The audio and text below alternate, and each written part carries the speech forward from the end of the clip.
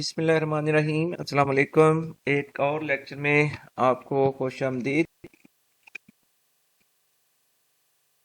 ये है एक्सरसाइज 6.1 और इसकी एग्जांपल नंबर 2 है। Construct a cumulative frequency polygon for the given data.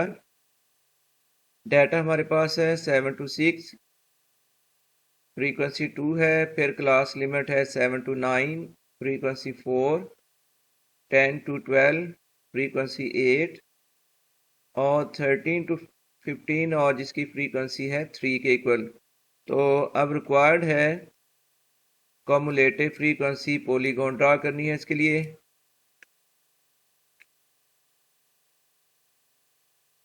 हम एक टेबल ड्रा करेंगे पॉलीगॉन ड्रा करने से पहले, जिसमें शामिल हैं क्लास लिमिट्स और इसमें इंक्लूड होंगी क्लास बाउंड्रीज, फ्रीक्वेंसी और कॉमुलेटिव फ्रीक्वेंसी।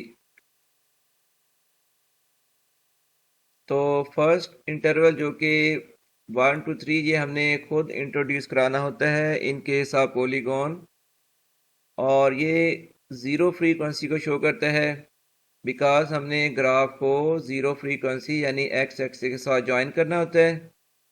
तो डाटा में जो फ्रीक्वेंसी स्टार्ट हो रही है वो 2 से हो रही है, जबकि ग्राफ को हमने एक्स एक्सिस के साथ भी ज्वाइन करना है। तो इसलिए एक एडिशनल क्लास इंटरवल यहाँ इंट्रोड्यूस किया गया है। फिर 4 to 6, 7 to 9, 10 to 12, 13 to 15। Class boundaries आ जाएगी 0.5 to 3.5, 3.5 to 6.5, 6.5 to 9.5 और ये आ जाएंगी 9.5 to 12.5। और इसी तरह लास्ट इंटरवल के लिए क्लास बाउंड्रीज आ जाएंगी 12.5 to 15.5 और इनकी फ्रीक्वेंसी, ये चूँकि इंटरवल डाटा में नहीं था, हमने खुद लिखा था, तो इसकी फ्रीक्वेंसी फिर ज़ीरो होगी। फिर फ्रीक्वेंसी है 2, 4, 8 और 3। और अब इसके बाद कम्युलेटिव फ्रीक्वेंसी 0। और बच्चों, कम्युलेटिव फ्रीक्वेंसी होती है उस क्लास इंटरवल तक की टोटल फ्रीक्वेंसी जो बनती है। जैसे फर्स्ट इंटरवल तक जो फ्रीक्वेंसी थी वो 0 है, और सेकंड इंटरवल तक टोटल फ्रीक्वेंसी हो जाएगी 0 + 2 = 2, और थर्ड इंटरवल तक हो जाएगी 2 + 4 = 6, 6 + 8 = 14 और 14 + 3 = 17। तो ये होगी इनकी कम्युलेटिव फ्रीक्वेंसीज। तो ये टेबल का काम कंप्लीट हो गया है, और इसके बाद अब हमने पॉलीगॉन ड्रा करनी है, ग्राफ। उसके लिए ये टेबल दोबारा आपको डिस्प्ले किया गया है ताकि वहाँ से रीडिंग देखकर हम ड्रा कर सकें पॉलीगॉन में। और पॉलीगॉन के लिए ये हमने लाइन ड्रा की है जो कि है वाई एक्सिस। सेकेंड लाइन हमने ड्रा की है एक्स एक्सिस, और इस एक्सिस के लॉन्ग प्लॉट की जाएगी कम्युलेटिव फ्रीक्वेंसी। और इसके बाद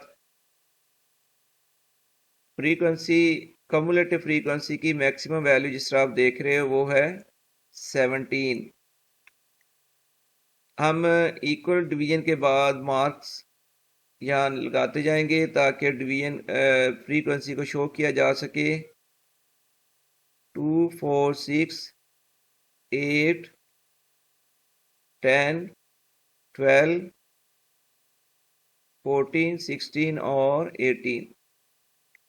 ये हमारे लिए एक डिवीजन जो है वो 2 के इक्वल होगी। 2, 4, 6, 8, 10 और इसके बाद 12, इधर आ जाएगी 14, 16, 18 और 20।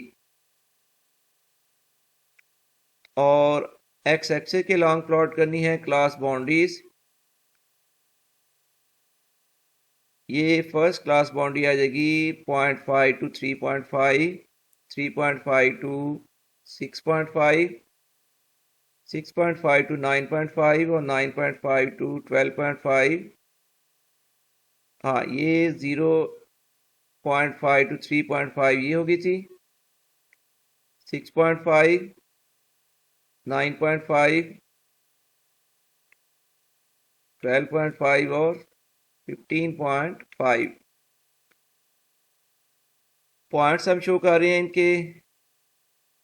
तो सबसे पहले जब फ्रीक्वेंसी थी 3.5, और ये बता दें आपको कि अब जो हमने ग्राफ प्लॉट करना है वो अपर क्लास बाउंड्रीज और कम्युलेटिव फ्रीक्वेंसी के दरमियान होगा। तो यहाँ पर अपर क्लास बाउंड्री है 3.5 और फ्रीक्वेंसी 0, तो वो ये पॉइंट हमने शो किया है जहाँ पर अपर फ्री क्लास बाउंड्री की वैल्यू है 3.5 और फ्रीक्वेंसी यहाँ पर है 0। इसके बाद सेकेंड रीडिंग में देखिए अपर क्लास बाउंड्री की वैल्यू है 6.5, कम्युलेटिव फ्रीक्वेंसी की वैल्यू 2, ये पॉइंट आ गया। नेक्स्ट फिर 9.5 अपर क्लास बाउंड्री और इसकी कम्युलेटिव फ्रीक्वेंसी है 6, ये पॉइंट इसको शो कर रहा है। देन इसके बाद है 14 और कम्युलेटिव फ्रीक्वेंसी यानी अपर क्लास बाउंड्री की वैल्यू 12 और कम्युलेटिव फ्रीक्वेंसी की वैल्यू है 14। तो ये पॉइंट इस रीडिंग को शो करता है। ये यहाँ पर फ्रीक्वेंसी कम्युलेटिव फ्रीक्वेंसी हो जाएगी 14 और अपर क्लास बाउंड्री की वैल्यू है 12.5। नेक्स्ट फिर है अपर क्लास बाउंड्री 15.5 और कम्युलेटिव फ्रीक्वेंसी की वैल्यू 17, ये पॉइंट शो कर रहा है इसको। ये पॉइंट्स हमने यहाँ पर शो कर लिए हैं। अब इन पॉइंट्स को अगर हम ज्वाइन कर लें तो वो बन जाएगा ग्राफ ऑफ पॉलीगॉन। ये ज्वाइन करने का प्रोसेस है। इन तमाम पॉइंट्स को अगर हमने ज्वाइन किया तो ये ग्राफ बना है जो कि शो करता है रिक्वायर्ड पॉलीगॉन। टाइटल लिखते हैं के ऊपर cumulative frequency polygon showing the detail of given data। तो ये cumulative frequency polygon ड्रा करने का प्रोसेस कंप्लीट हो गया है। टेबल जो कि टेम्परेरी तौर पर यहाँ शो किया गया था, अब इसको हम रिमूव कर लेंगे। तो ये कंप्लीट फ्रीक्वेंसी पॉलीगॉन का ग्राफ आप देख रहे हो। उम्मीद है आपको अच्छी तरह समझ आ चुकी है और इसके साथ ही अब आपसे इजाज़त। अल्लाह हाफिज़।